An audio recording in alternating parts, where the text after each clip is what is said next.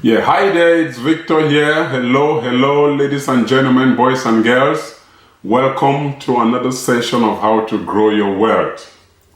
Today I'm going to be talking about assets versus liability.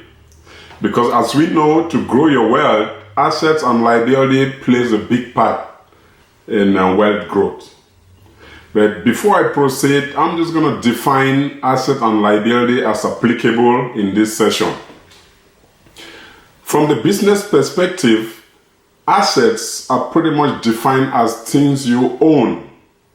But sometimes there are some things that you own which might be costing you. So in this session, I'm going to define an asset as something that pays you. Things that brings money into your coffers, they pay you, then that's how I'll call it. So assets are things that pays you. On the other hand, liabilities are things that cost you.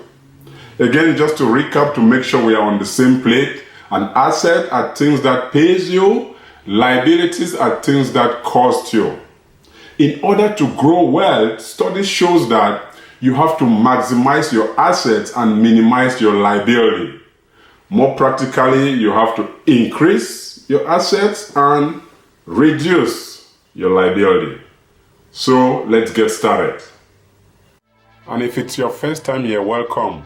Please subscribe and press the bell button to be notified anytime I upload a new video. Okay, so let's continue and let's start with assets. As I mentioned before, assets are things that pays you. So what are some of the examples of assets? Some of the examples of assets are investment is the obvious. We have business, especially those business that pays you passive income. Plus we also have education. Let's talk about investment. Let's start with real estate. Let's say you have a couple of rental properties and you rent them every month and you have positive cash flow coming in and out.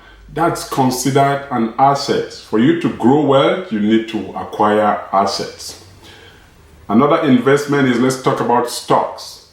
If you have stocks, you're making money from capital gain and dividends, you're bringing money in, so it's paying you, that's considered an asset.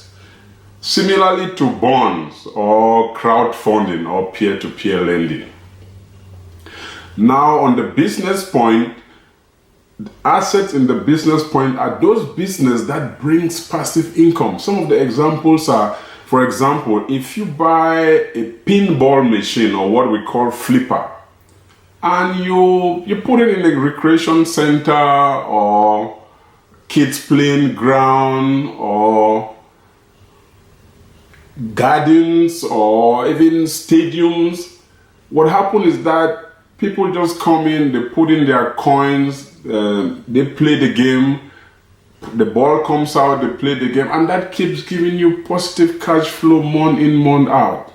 Another typical example which we all know is foosball. Sometimes you call it baby foot, where you play with, Similarly, you put it in a recreation center, kids ground, even on restaurants and bars, it will keep paying you.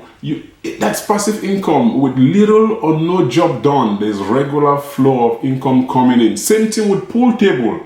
If you have a pool table, you put it in big restaurants, snack bars, the balls are there, you have your slot for your coin, they put in the money, they play. What happens is that you come in the evening, take your cash, and then you go. There's nothing you have to do. All you have to do is just to get a convenient location where you can put it in.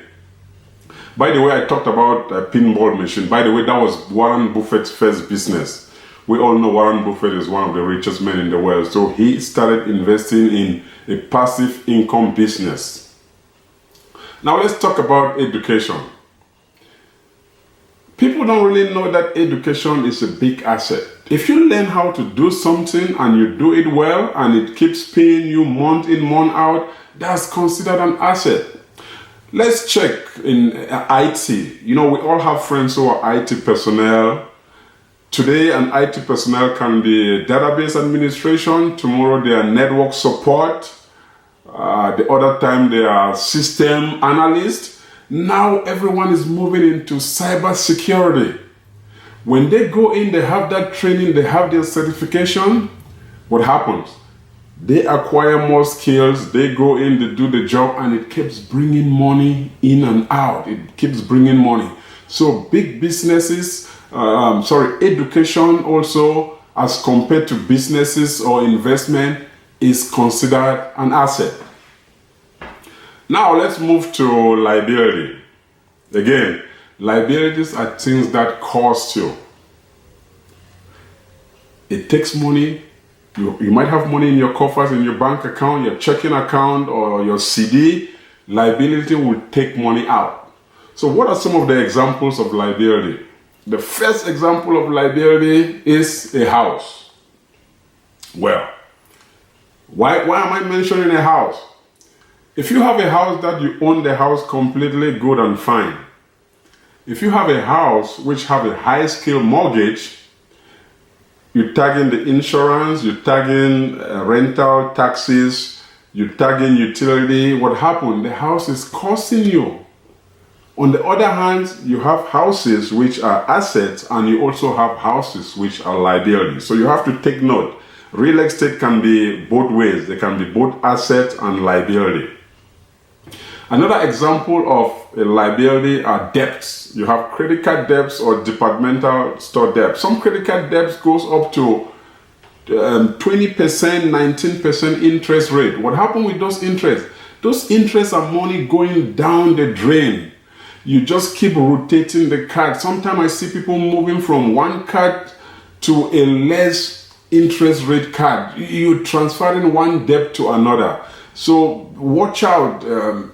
When it comes to credit card, interest rate is a typical liability because it's taking money completely out. Another liability is extra responsibility, extra human care or extra human support. Let's say you're supporting some of your friends, your neighbors, you're taking care of their accommodation, feeding, sometimes you even help them, send them to school. That's also considered a liability. Why? Because it's costing you, it's taking money out of your coffers. Another aspect is goods of ostentation. We see all those nice jewelries, flashy cars. We have all those dresses like Gucci, Versace, Louis Vuitton, Pierre Cardin. We just fill them up, keep buying them up. What happened? As you spend the money, it's gone. It's completely going out. So what happened? It's kind of a liability. It takes it out from you, and once it's gone, it's gone. You have to continue working to try to subsidize the lifestyle of being on goods of ostentation. Another liability is extravagancy, or some gambling people do. Even though your chances of winning in gambling is so slim, but you have that fantasy. You're always saying, oh, the day I will win big, I will buy that lavish car, I will buy that mansion. But the probability of you winning when you gamble, when you play lottery, is zero. That's the probability. So sometimes you just keep playing and you have that fantasy that one day you will win. But on the most part, you yourself, you know that it's pretty much, it might not even happen. Yeah, so the main objective is to find a way to grow wealth. And how do you grow wealth? Remember, your wealth can only grow when you maximize your assets. Try to acquire more assets and then minimize your liability. Cut it down, which means assets try to go up, liabilities have to go down. Which brings us to the end of this video. If you find this video valuable, please subscribe, share, comment down below. I want to know what aspect you are taking. How are you acquiring assets, or how are you, reducing or minimizing your liability? Come on down, let's kick some conversation and see how we can help ourselves grow our wealth by tackling assets and the liability issue. Have a nice day. I will see you in the next video. Goodbye. Thanks for watching, and please don't forget to subscribe.